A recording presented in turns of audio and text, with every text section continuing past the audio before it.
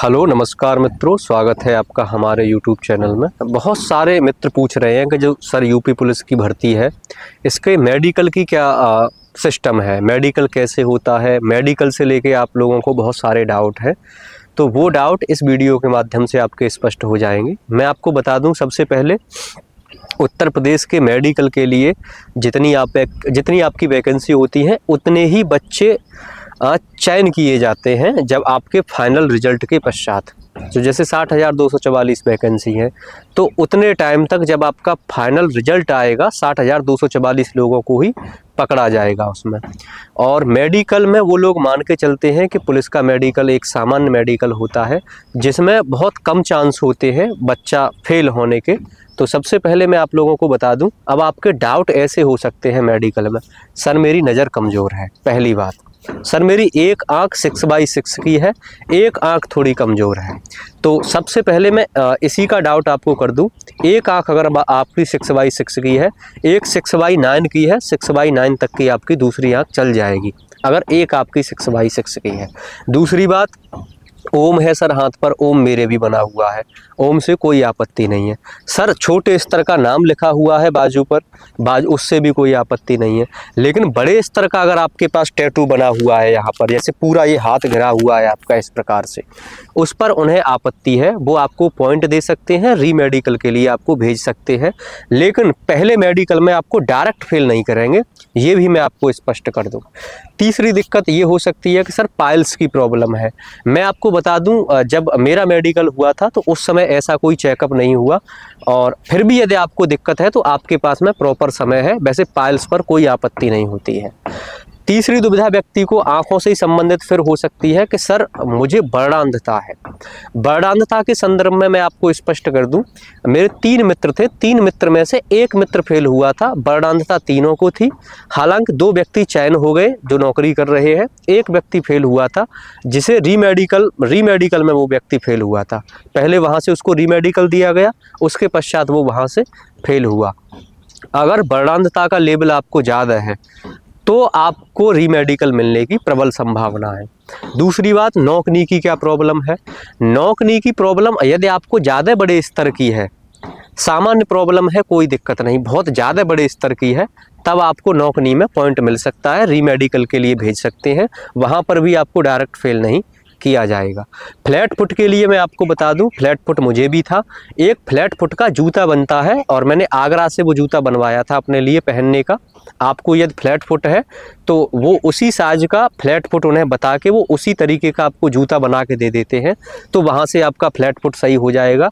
नौकनी के लिए आप बटरफ्लाई एक्सरसाइज करिएगा, बटरफ्लाई एक्सरसाइज के माध्यम से आपका नौकनी सही हो जाएगा।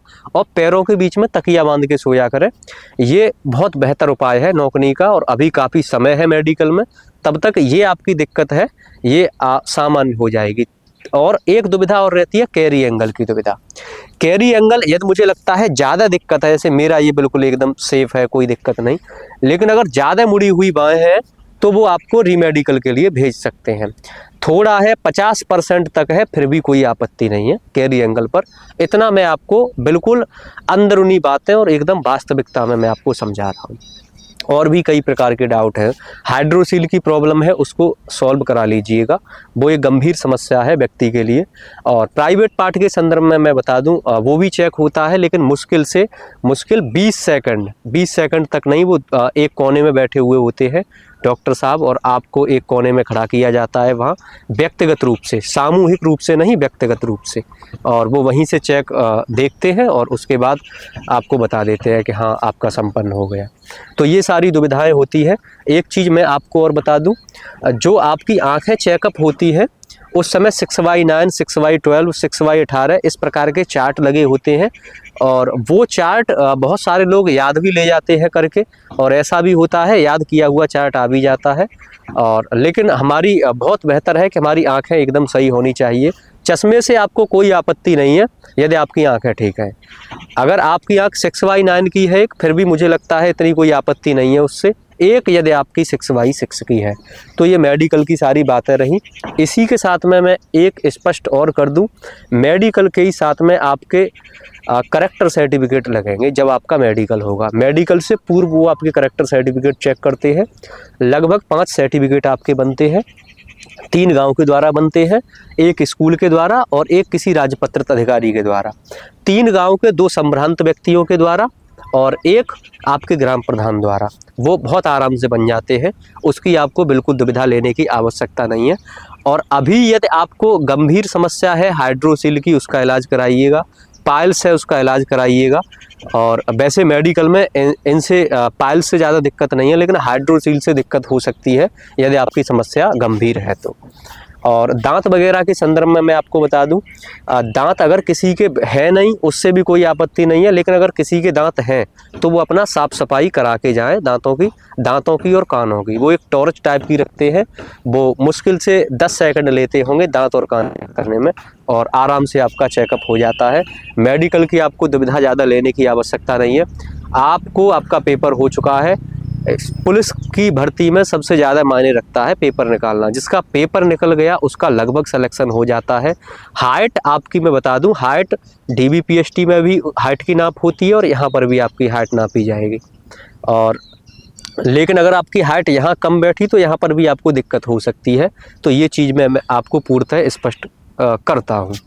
और मैं आपको बता दूं, मेडिकल के पश्चात फिर आपका मेडिकल के पश्चात जैसे ही आपका फाइनल हो जाता है उसके बाद मेरिट वगैरह कोई नहीं आती, और वहीं पर आपका पूरी तरीके से स्पष्ट हो जाता है। चार्ट के माध्यम से वो एक चार्ट लगा देते हैं मेडिकल होने के पश्चात उसी दिन, और वहीं से आपका क्लियर हो जाता है सब कुछ।